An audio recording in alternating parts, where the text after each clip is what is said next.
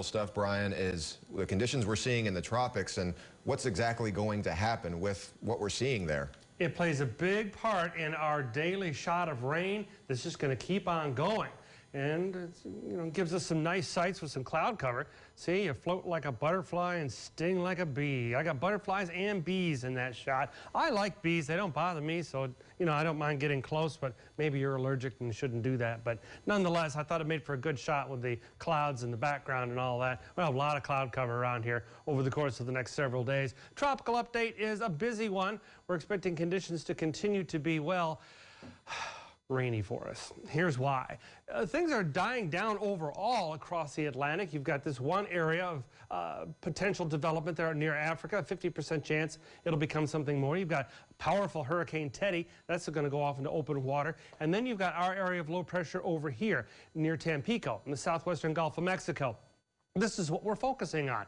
This was that nice little rainmaker that was slipping south, and we were all happy to have it and all that. And then it sort of just stalled, and now it's, again, showing signs that it could become something more, like a tropical depression or a tropical storm. So that's something we're going to have to keep our eyes on. I'm stopping the spaghetti models here about 3 days out because after 3 days, they just go crazy. Here's what happens. This thing drifts to the north, and then it can't go anymore. So it just kind of curls, the forecast solutions just kind of curl around. Maybe it will come to the west, maybe it'll go off to the east. Here's what it's up against. As it drifts to the north, here's the valley right here.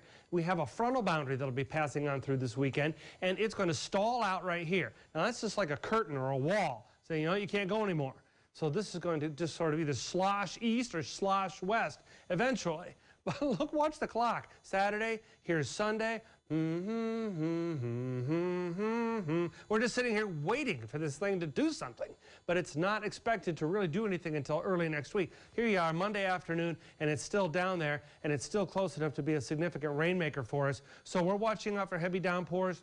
Potential for street flooding, lots of lightning. We saw that again today, especially in Starr County, and brief gusty winds with any cells, and then weather fatigue. What's that? That's where this thing's going on so long, eventually you're just like, I'm done. I'm not going to pay attention to that anymore.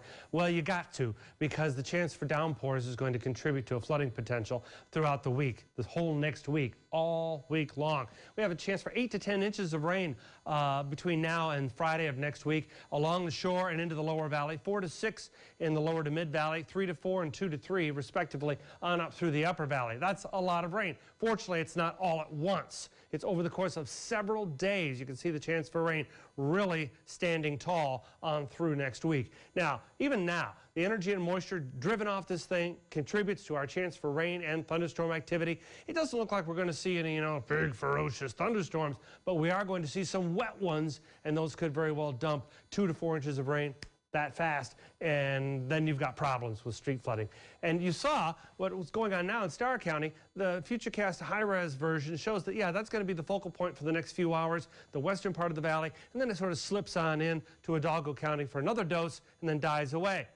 But don't worry, race fans, it's all going to start over again as we go through tonight, tomorrow, and the next day. We keep a 50% chance for rain and rumbles through the overnight forecast, and then tomorrow another 70% chance for, showers and thunderstorms and a high in the upper 80s, and that's true for the weekend as well. But let's see, it gets cooler because we've got that frontal boundary moving through. That's what's going to stall out south of us and direct, hopefully, or, well, hopefully it'll do something with this tropical low. But anyway, for now, it's just going to keep it hemmed in and keep us with a good chance for rain.